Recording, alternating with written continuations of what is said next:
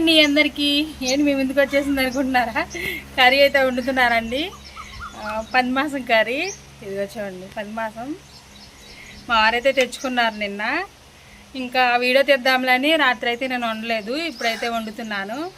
ఇంకా ఆయనకి ఇష్టం, ఆయనకు ఒక్కరికే ఉండేది, మేము ఎవరైతే తినము. మా వారి కోసం అయితే వండుతున్నాను.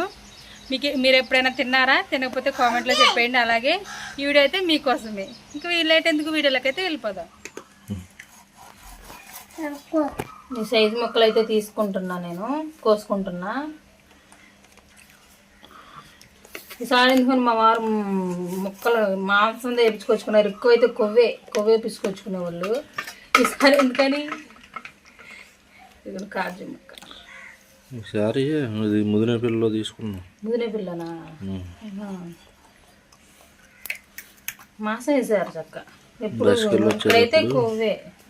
బస్కి వెళ్ళి వచ్చేటప్పుడు పక్కన ఉంటే తీసుకున్నా. నేను మీ అన్నయ్య తీసుకున్నా. ఆడేటవి తీసుకున్నాడా? ఇద్దరికి ఒకలాగానే. మీరు ఎప్పుడైనా తిన్నారా ఫ్రెండ్స్? ఇది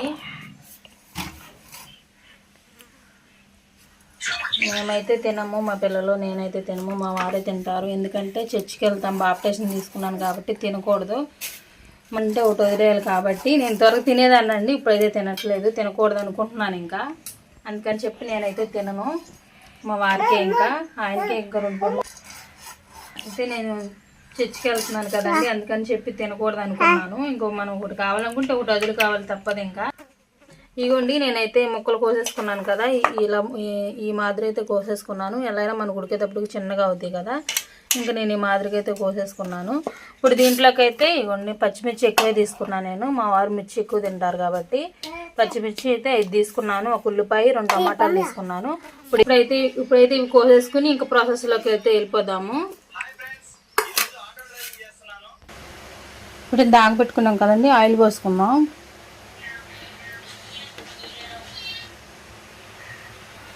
ఆయిల్ వీటెక్కింది కాబట్టి నేను 3 లవంగాయలు అలాగే 1 దాల్చిన చెక్క అయితే వేసుకుంటున్నా.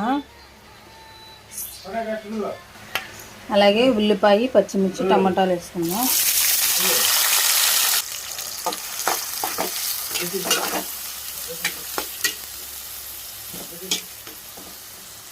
ఇక ఎర్రగా బాగా వేగనిద్దాము.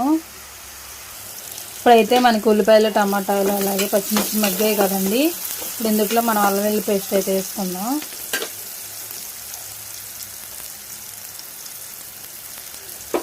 నేను 2 స్పూన్లు అయితే వేసుకున్నాను అల్లం వెల్లుల్లి పేస్ట్.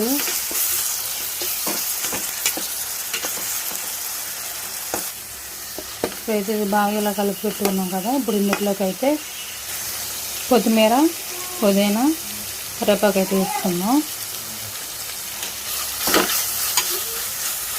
ఇప్పుడు అల్లం వెల్లుల్లి వేసినాక కూడా వేగింది కాబట్టి ద్వారగా మాంసం అయితే వేసుకుందాం. శుభ్రంగా కడిగి పెట్టిన మాంసం అయితే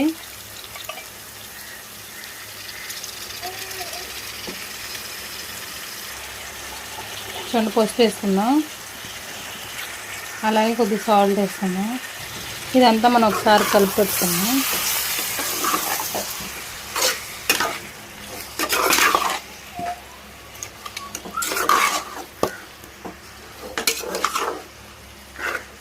ఇందులో మసాలాలు అవి అయితే ఏమి వేయట్లేదండి, మనకి ఇది ఇలాగే సరిపోతుంది, బాగానే ఉంటుంది కర్రీ అయితే. కలుపుకున్నాక ఒక 10 నిమిషాలు ఒకసారి ఉడకనిద్దాం. తర్వాత ఉప్పు, కారం వేసుకుందాం.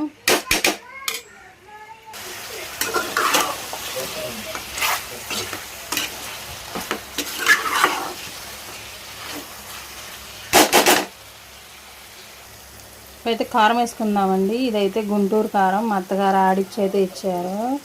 సాల్ట్ అయితే 1 స్పూన్ వేస్తున్నాను, ఎందుకంటే ఇందులో ఒకసారి వేసాం కదండి, అందుకే 1 స్పూన్ వేస్తున్నా.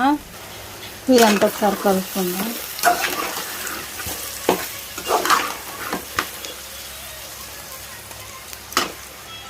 అయితే వాటర్ పోసుకున్నాం, 10 నిమిషాలు ఉడకనిద్దాం. చూసారా ఫ్రెండ్స్ ఎలా ఉందో కర్రీ అయితే? చక్కగా ఆయిల్ తేలిందంటే, ఎలా మనకి ఆయిల్ తేలిందంటే ఇంకా కర్రీ అయితే ప్రిపేర్ అయిపోయినట్టే. సూపర్గా వచ్చింది కదా, ఎంత బాగా వచ్చిందో కర్రీ. చూసారా, మా వారైతే ఇప్పుడు ఇష్టంగా తింటారు. మీకు కూడా నచ్చుద్దని అనుకుంటున్నాను. గ్రేవీగా ఎంత బాగా వచ్చిందో ఫ్రెండ్స్, చూసారా?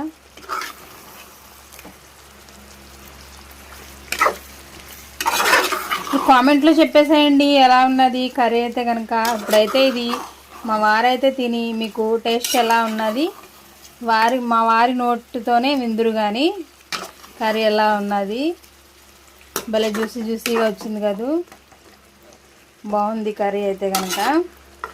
ఇప్పుడైతే మా వారి మాటల్లోనే విందురు కానీ. ఓకే.